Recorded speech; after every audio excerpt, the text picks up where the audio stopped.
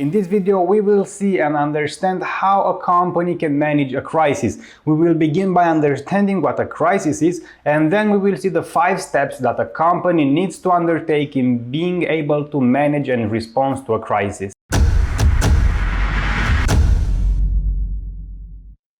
In the previous videos, we discussed about how issues can transform into a crisis. There is a video right here where we've explained how an issue becomes a crisis for a company, and also there is another video right here where we discussed how to manage an issue and how to manage a crisis. You can also find all these videos in the description down below. Since this is an at-length video and we go in depth with the information for crisis management, consider that you can use the timeline of YouTube in order to skip through the chapters, or maybe you can help yourself with the videos in the description to see exactly the part that interests you the most. We will begin with to understand why companies need to be prepared for crisis management. Well, in today's world, everybody and individuals like you and me and also other companies have access to information. Having access to information means that we know what is happening in our environment, and we know that maybe some companies might have bad practices for the environment, for the communities, or for their stakeholders in general.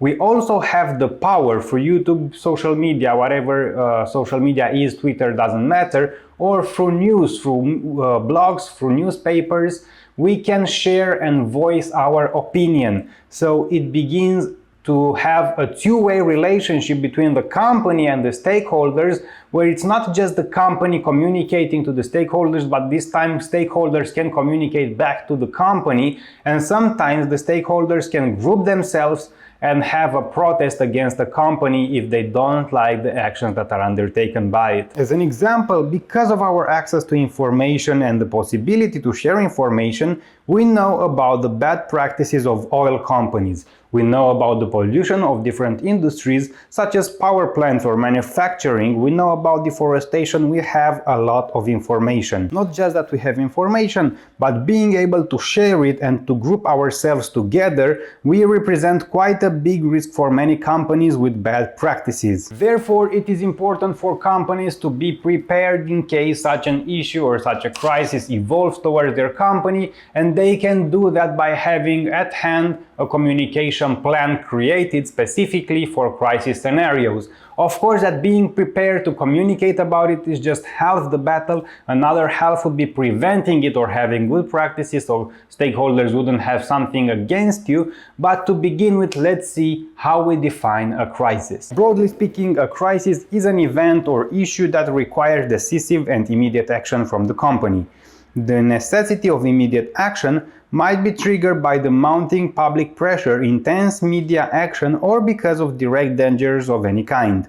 Crises may involve accidents or natural disasters, but may also stem from actions and failures within the organization. Let's now see a bit of crisis management, what companies can actually do. Obviously, the first step is anticipation. Anticipation involves the capacity of organizations to predict and prevent potential crisis scenarios from arising before they have occurred. The second step is resilience, which is the ability to cope with a crisis once it occurs and confronts the organization. A resilient performance is in fact one where members of the organizations improvise and act mindfully in real time to deal with the crisis and minimize its impact. Of course, that the bigger an organization is, the more possible crisis scenarios there are, and of course that a company can never be prepared for all these scenarios.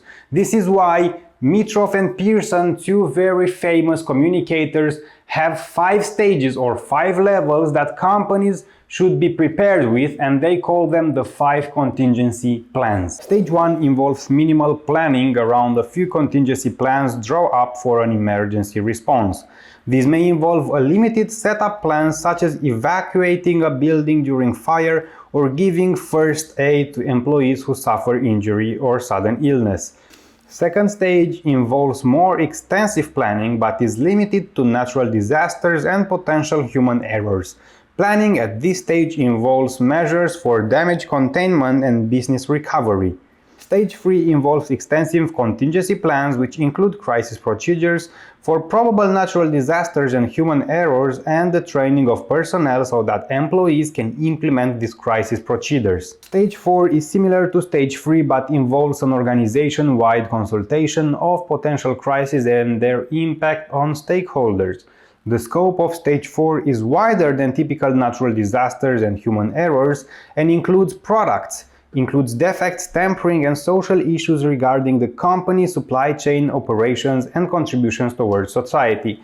And finally, Stage 5 involves all of the previous stages but also incorporates environmental scanning and early warning systems to identify crises as early as possible. About environmental scanning, we also talked in this video right here. It is part of the video of issues and crisis management. Of course, that being prepared for any type of issue or any type of a crisis a company can face, it's not really possible, but of course it's very efficient and very important to be prepared for the most important dangers, and that is because a crisis can affect the income of the company, the image and the reputation of the company. If you want to learn more about the image and reputation of a company and why they are so important, click on this video right here or check the links down in the description, because it's not as important the income as the image and as the reputation of the company, and the organizations want to protect it at all costs. This is everything about crisis management and all the 5 stages or all the 5 steps or 5 levels of contingency plans that a company needs to have prepared in case there is a crisis emerging.